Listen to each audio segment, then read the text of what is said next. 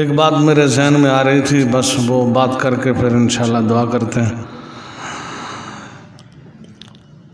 تقریر کے اندر میں نے جو اپنے اساتذہ سے ایک بات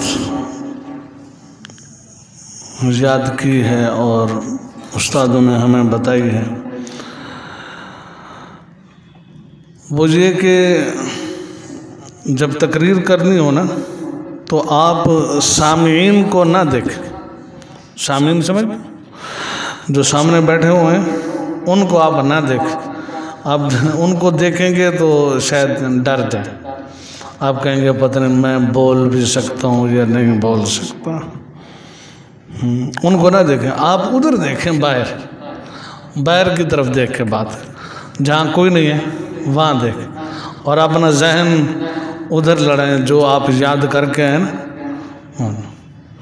ہاں، جب آپ پکے خطیب بن جائیں گے پھر آپ جو ہے وہ سامعین کو دیکھیں، ان کو دیکھ کے بات بھی کریں، چٹکلے بھی چھوڑیں پھر، ٹھیک ہے جی۔ کوئی لطیفہ آتا ہے تو لطیفہ بھی سنیں، کوئی واقعہ آتا ہے تو واقعہ بھی سنیں، پھر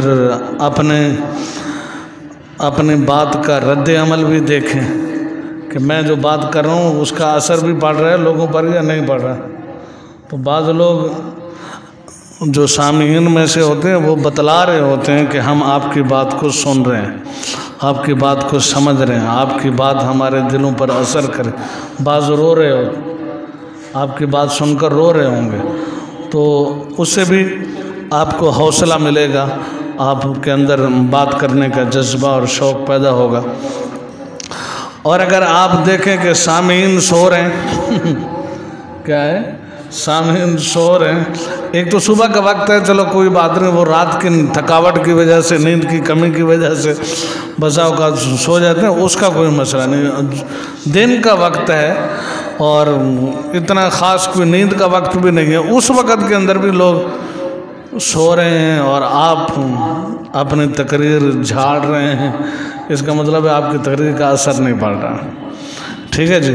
تو شروع میں سیکھنے کے لیے آپ پہلے الگ کسی جگہ گراؤنڈ کے اندر یا کمرے کے اندر یا اپنے جو کمرے کے ساتھی ہیں ان کے اندر تقریر کریں، جو کچھ آپ نے سیکھا، جو کچھ آپ کو استاد نے لکھ کے دیا یا جو آپ نے کتاب سے یاد کیے وہ طلباء کے سامنے، اپنے کمرے کے ساتھیوں کے سامنے کریں تقریر۔ اور پھر ایسے ہی جب اسٹیج پر آئیں تو پھر طلباء کو، ساتھیوں کو نہ دیکھیں، سامعین کو نہ دیکھیں، بلکہ وہ ادھر دیکھیں، دور دیکھیں، اور پھر آپ نے تقریر کرتے رہیں، اور ذہن کے اندر وہ جو آپ کی تقریر ہے وہ ذہن کے اندر ہو، آپ کا ذہن اسی طرف ہو، آپ سامعین کو نہ دیکھیں۔ یہ نہ ہو کہ آپ استاد کو دیکھیں تو وہی استاد تک دیکھ رہے بیٹھے، بس وہ جڑا کوئی اندھا پہ اسے وہی ہوتے بھول ویسے، ٹھیک ہے بھائی۔ 3-4 جمعے ہو گئے عصر کی نماز کے بعد، جمعے والے دن عصر کی نماز کے بعد الحمدللہ میری ایک پرانی اور دیرینہ خواہش تھی کہ ہم عصر کی نماز کے بعد زیادہ نہیں تو کم از کم آدھا گھنٹہ مسجد کے اندر بیٹھ کر گزاریں گے۔ اس سال یہی ارادہ کیا ہوا ہے تاکہ یہ پورا سال آدھا گھنٹہ بھی بیٹھنے کی عادت پڑ گئی تو انشاءاللہ اگلے سال سے پھر عصر سے لے کر مغرب تک وہ ہم مسجد کے اندر بیٹھ کے گزاریں گے۔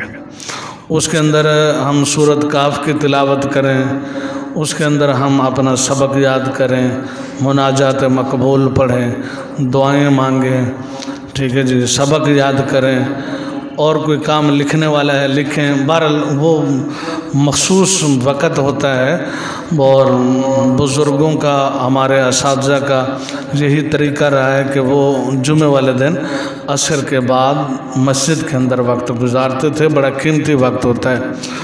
تو اس سلسلے میں میرا کئی دنوں سے خیال تھا کہ بھی آپ ساتھیوں کو کہہ دوں کہ ساتھی جمعے والے دن عصر کی نماز کے بعد خود بخود مسجد کے اندر بیٹھ جایا کریں، کہنے کی ضرورت نہ پڑے، باہر نہ جایا کریں۔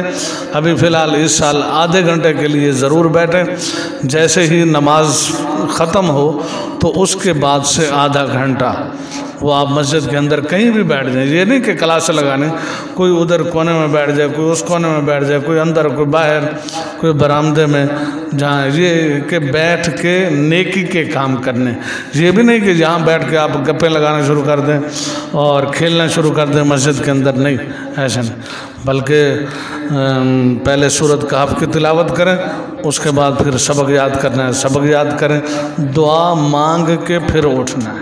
عمل کریں گے سارے ساتھی؟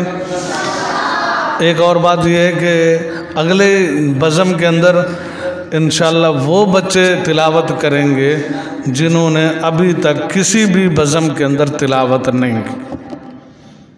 تو آپ تیار ہو سارے؟ تیار ہو؟ اگلی بزم کے اندر وہ بچے تلاوت کریں گے جنہوں نے ابھی تک کسی بزم کے اندر بھی، کسی مجلس کے اندر بھی تلاوت نہیں کی، وہ کریں گے۔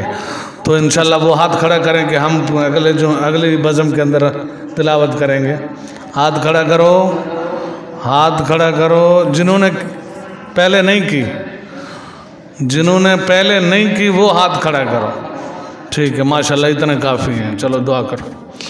بسم اللہ الرحمن الرحیم، الحمدللہ رب العالمین الرحمن الرحیم مالک یوم الدین، اللہم صلی علی محمد المجد وعلی آلہ وبارک وسلم عدد کل معلوم لک دائما ابدا ابدا، اللہم انا نسألک العفو والعافیت فی دیننا ودنیانا واہلنا ومالنا۔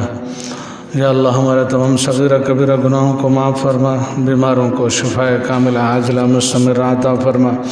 یا اللہ مفتی امجد صاحب کے والد صاحب کا آپریشن ہے، یا اللہ ان کو صحت عطا فرما، یا اللہ ان کو لمبی زندگی نصیب فرما، یا اللہ ان کا سایہ ہم پر تا دیر قائم فرما۔ یا اللہ یہ جو بچے پڑھنے کے لیے آئے ہیں ان سب بچوں کو نیک بنا، سب بچوں کو حافظ قرآن بنا، عالم با عمل بنا۔ یا اللہ بچے، کافی بچے یا اللہ بیمار ہیں، ان سب کو صحت کاملہ عاجلہ مستمرہ عطا فرما۔ یا اللہ بچوں کی ساری ضروریات کو پورا فرما۔ یا اللہ اپنے خزانہ غیب سے ان کے لیے وسائل کا انتظام فرما۔ یا اللہ لوگوں کے دلوں کے اندر ان طلباء کی محبت کو پیدا فرما۔ یا اللہ ان سب پر اپنا فضل فرما۔ جو لوگ ان طلباء کی خدمت کر رہے ہیں یا اللہ ان کے مال اولاد کے اندر برکت نصیب فرما۔ یا اللہ ان کو پریشانیوں سے بچا۔ یا اللہ ہم سب کا خاتمہ ایمان پر فرما۔ یا اللہ اس مدرسے کو دن دگنی رات چگنی ترقی نصیب فرما۔ یا اللہ قیامت تک اس مدرسے کو آباد فرما۔